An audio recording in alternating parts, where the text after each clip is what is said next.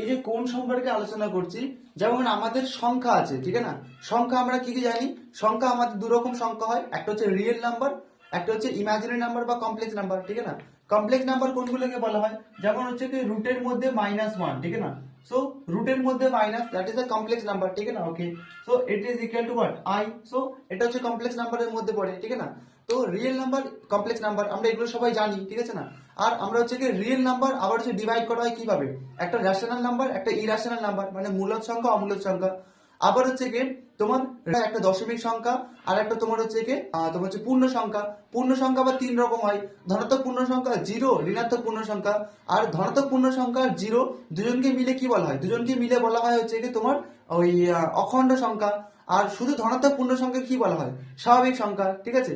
আর স্বাভাবিক সংখ্যার মধ্যে আবার ভাগ আছে, আমরা জানি যে স্বাভাবিক সংখ্যার মধ্যে আবার যুগ্ম সংখ্যা, অযুগ্ম সংখ্যা, মৌলিক সংখ্যা, যৌগিক সংখ্যা, মানে তোমার মানে prime number, composite number, even number, odd number, কো প্রাইম নাম্বার, ঠিক আছে না? তো এগুলো সব আমরা জানি, ঠিক আছে না?